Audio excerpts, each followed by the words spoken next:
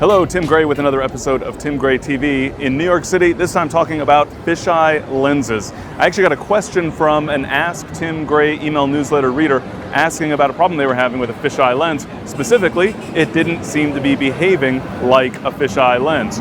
This here is a genuine, bona fide, honest-to-goodness fisheye lens. But with this camera, I won't get a fisheye effect. So what's a fisheye effect? Most photographers that are familiar with fisheye are thinking of a circular image, and this lens is capable of that, but on this camera, you won't get that. Fisheye is just a very wide angle lens. In this case, this happens to be an 8 to 15 millimeter fisheye lens, but this happens to be a camera with a cropped sensor. And so it's cropping the image circle from this lens. So I'm essentially getting the equivalent of somewhere around about 15 millimeters in terms of actual focal length, rather than the potential for 8 millimeters, depending on the specific camera that you're using, of course.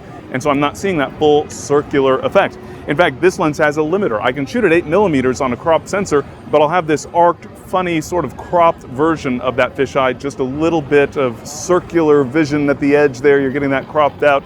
Essentially just vignetted corners is all that amounts to. There's a limiter so that I can take this up to 10 millimeters, for example, to make sure that I'm not going to see those edges. So I'll get a fully cropped image, none of the circular effect that's so common with fisheye. Fortunately, even for a cropped sensor, there is the potential to get a full circular image with a fisheye lens with something like this. This is a 4.5 millimeter lens. Of course, I've got a cropping factor here, so it gets that more to somewhere around about 8 millimeters, give or take.